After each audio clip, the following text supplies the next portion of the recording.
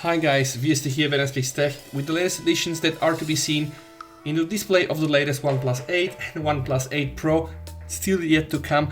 I want to set some things straight, that I get it covered, guys, so that you understand really what we mean by refresh rate, what we mean by frame per second, what we mean by touch refresh, what is a dedicated motion estimation, motion compensation chip, and what exactly does JNCD mean. Alright, so if you want to get yourself up to the latest knowledge and just get this basic understanding, then this video is for you. If you already know these things, then please close this video, it's not for you guys. But anyway, you're more than welcome to join, like, and subscribe to my channel, guys. We're gonna start with the very first thing. What exactly is a refresh rate? Alright, so refresh rate is pretty much nothing more, nothing else but the count of how many times the screen refreshes its image in 1 second. We measure this in hertz. At presently, most smartphone displays have a 60 Hz refresh rate, which we know is not true because we have now 90, we have now hopefully 120. In other words, this means that even if you're looking at an image of a cat, a static image, this image of the cat is gonna be drawn 60 times every second on the screen if the screen is running on 60 Hz. If your screen is running on 90 Hz, that this static image is going to be drawn 90 times on the screen. Alright, and then again, very important not to confuse the Hertz refresh rate with the FPS. The FPS means frame per second, and this is actually the count of how many frames are being pushed to the display every second. So FPS, or the frames per second, guys, is related to the content that we run on the screen. It could be your mobile, laptop, it could be your standalone desk PC, it could be your phone. So that's the count of how many frames are being pushed to the display every second. And FPS, or frame per second, is related to the content that we run on the screen, which might be a video or a game.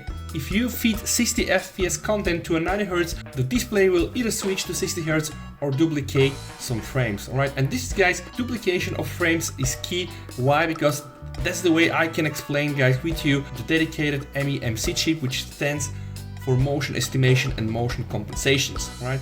This effectively is frame interpolation, so it's pretty much nothing more but just a dedicated system that takes your video shot at 60 Hz, try to understand which frames can be copy pasted, somehow inserted into the video footage, so that eventually it artificially becomes upscaled from 60 Hz to 90 Hz, and then you get a smoother image. And I want to share something else here, guys. This technology is very old, alright? So this article here you see is from October 8, 2012. Alright?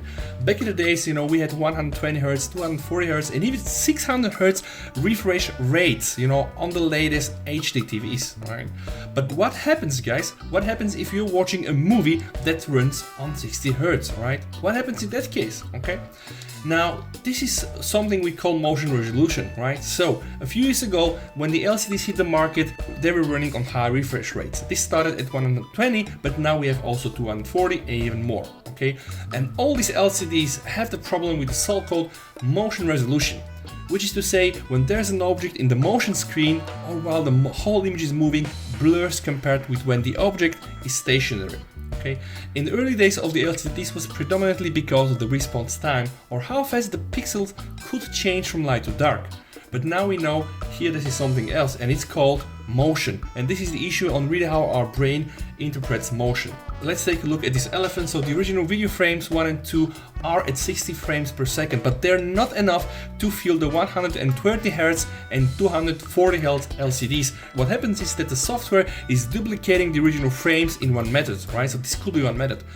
Alternatively, frames can be interpolated to fill the gaps, right? So artificially putting content that is not there to increase the refresh rate, make a more smoother image, but that leads quite often into the so-called soap effect. So let's read here. The OnePlus 8 will work with the MEMC.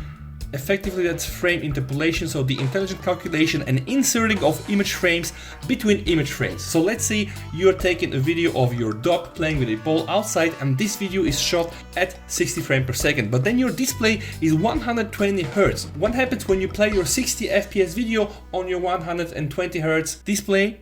Of course, you can understand it will be laggy, it will not be so smooth, right? And if you used to watch 120 Hz refresh rate, then maybe you're gonna notice this. Now with this interpolation, You know, the software is going to try to put some frames inside your video to artificially make it appear as if it is 120 Hertz. All right, so this is what the motion estimation, motion compensation is doing. So all of these things are connected, guys. Refresh rate with motion estimation, motion compensation. So that's why I decided to show these first two things to you.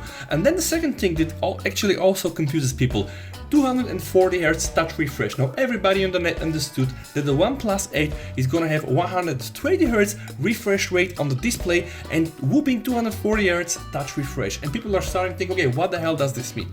And actually, just think about the previous example. So if you put an image of a cat on your phone and you're using 120 Hz, the image of the cat is going to be shown 120 times per second on your phone, all right? So it's going to be eventually smoother.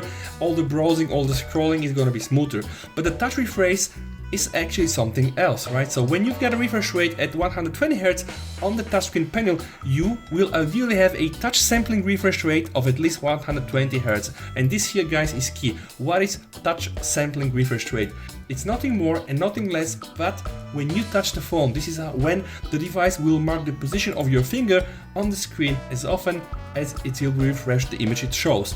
Now, with a screen running on 120 Hz display, and 240 Hz touch refresh, it means that the device will check the position of our finger twice as often as it refreshes the image showing on the screen. And that's actually quite useful in terms of playing games and eliminating touch lag, right? So this is really the touch refresh, how fast or how quick enough your screen registered, you know, your finger pressing the screen, all right? So we covered, guys, the touch refresh, we covered the screen display refresh, right?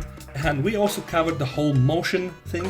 What we did not cover is the JNCD. This stands for just noticeable color difference. And guys, just here, what you need to remember, this is pretty much related to accuracy calculators like the DisplayMate site. If you go here, you can find tons of reviews of phones and vendors. Now for OnePlus, you need to know OnePlus usually are producing very nice, very color accurate screens. This means they have a low delta, all right? I don't want to go into more details, but having a screen with the JNCD factor or index lower than 0.8 is actually quite good. Okay guys, really, I try to cover all of these things here that you see.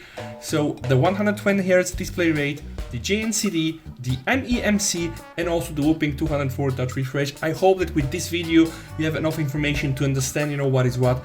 I hope that this video was interesting for the people that were not aware of these things. Hit the like button, subscribe to my channel, and we speak again very soon. VST over and bye.